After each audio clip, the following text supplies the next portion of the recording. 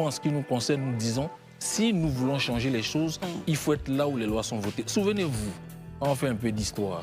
Oui. Lorsque le président Félix Houphouët-Boigny voulait obtenir à l'époque l'abolition du travail forcé, où est-ce qu'il est allé?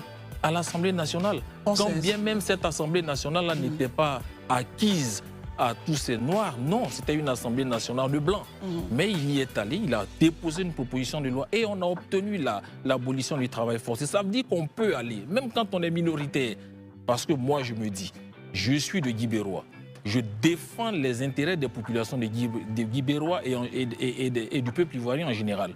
Mais les problèmes que nous avons à Guibérois, mais ces problèmes se retrouvent dans d'autres contrées du pays qui ont des députés d'obédience différentes.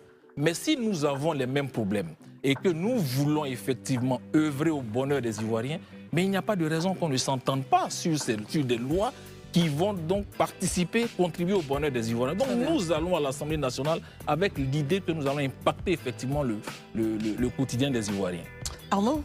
Oui, maître, avant même de poser ma question, est-ce que vous irez sous la bannière du COJEP ou indépendant? Parce qu'il me semble qu'il y a des difficultés au niveau de l'obtention de l'agrément du parti.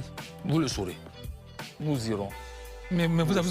justement, Arnaud, on peut en savoir davantage. Vous dites qu'il y a des difficultés sur l'agrément du parti. Mais justement, vous avez déposé votre candidature. Est-elle sous la bannière COJEP ou indépendante? Parce que ça, au moins, on peut le savoir, puisque je suppose que votre dossier a déjà été déposé. Le dossier, vous saurez, sera déposé, mais on dirait sous la bannière indépendante. Tout le monde sait que j'y vais pour